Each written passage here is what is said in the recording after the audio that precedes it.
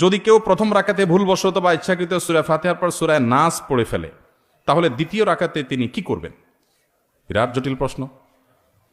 প্রথম রাকাতে সূরা নাস পড়ে ফেলছেন, সূরা নাসের পরে সূরাটার নাম কি? পরে কোন সূরা আছে আর নাই? তো শেষ রাকাতে, প্রথম রাকাতেই যদি কুল আউযু বিরাব্বিন নাস পড়েন, তাহলে দ্বিতীয় রাকাতে এর পরে আর সূরা নাই, দ্বিতীয় নাসে কোন দিক যাবে? সূরার ধারাবাহিকতা রক্ষা করা সুন্নাহ। নামাজের মধ্যে সূরার ধারাবাহিকতা রক্ষা করতে হয়। আপনি আগে ফালাক পড়লে পরে নাস পড়বেন। এখন নাসে যদি আগে পড়ে ফেলেন, তো পরে তো আর কিচ্ছু নাই, কি করবেন? এর উত্তর হলো দ্বিতীয় রাকাতে আবারও সূরা নাস পড়বেন, এবং এর কারণে আপনার কোনো গুনাহ হবে না, যেহেতু আপনার অনিচ্ছাকৃত হয়ে গেছে। কিন্তু ইচ্ছাকৃতভাবে যদি এই কাজ করেন তাহলে মাকরুহ হবে। তাও নামাজ হয়ে যাবে, নামাজটা ত্রুটিপূর্ণ হবে, নামাজটা একটা ত্রুটিযুক্ত হয়ে গেল, মাকরুহ হয়ে গেল। অতএব যদি কেউ প্রথম রাকাতে কোনো কারণে সূরা নাস পড়ে ফেলেন, দ্বিতীয় রাকাতে আবার তিনি সূরা নাস পড়বেন।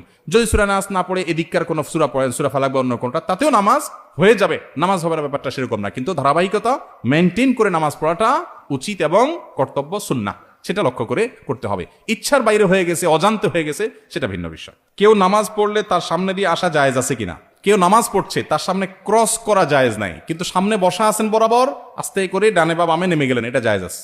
দুইটা কিন্তু দুই জিনিস। অনেকে পিছনে করে নামাজ পড়তেছে, বেচারা একটু লম্বা কেরাতে পড়তেছে, সুন্দর করে নামাজ পড়তেছে, বারবার পিছনের দিকে তাকা, চোখ বড় বড় করে, পারলে কই মাছের মাথা চাবায়। কই মাছের মাথা চাবানো বুঝছেন? মানে এরকম করতেছে, মাসালা জানে না। আপনি যদি কোনো নামাজির সামনে বরাবর বসে থাকেন, তাহলে ডানে বা বামে আপনি সরে যেতে পারেন। এটাকে বলা হয় নুজুল, সরে যাওয়া, এটা জায়েজ আছে। মুরুর হলো না জায়েজ। মান মাররা বাইনা ইয়াদাইল মুসাল্লি, হাদিসের ভাষ্য। মুরুর মানে হলো ক্রস, অতিক্রম, এক পাশ থেকে আরেক পাশে যাওয়া, এটা না জায়েজ। সামনে বসে আছেন, সরে গেছেন, এটা না জায়েজ না। সুউদ, মুরুর, সুউদ এবং নুজুল এই দুইটা জায়েজ, মুরুর না জায়েজ। হাদিসে মুরুর নিষেধ করা হয়েছে, সুউদ আর নুজুল নিষেধ করা হয়নি। আপনি নামাজ পড়ছেন, সামনে জায়গা ফাঁকা, জামাত দাঁড়ায় গেছে, তো আপনি পেছন থেকে সোজা নামাজের বরাবর দাঁড়ায় গেছেন, ডানেও যান নাই বামেও যান নাই, বরাবর যা দাঁড়ায় গেছেন, এটা জায়েজ আছে। আবার বরাবর সামনে আছেন, সরে গেছেন, এটাও জায়েজ আছে। না জায়েজ কোনটা? নামাজের সামনে দিয়ে এক পাশ থেকে আরেক পাশে গেলেন, এটা হলো না জায়েজ।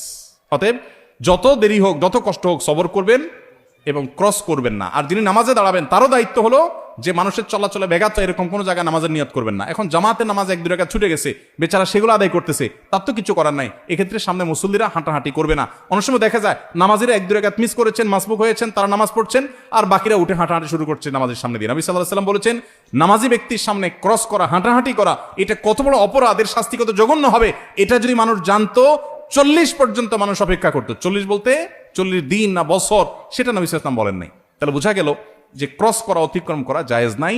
যত সময় লাগুক প্রয়োজন অপেক্ষা করতে হবে, সবর করতে হবে।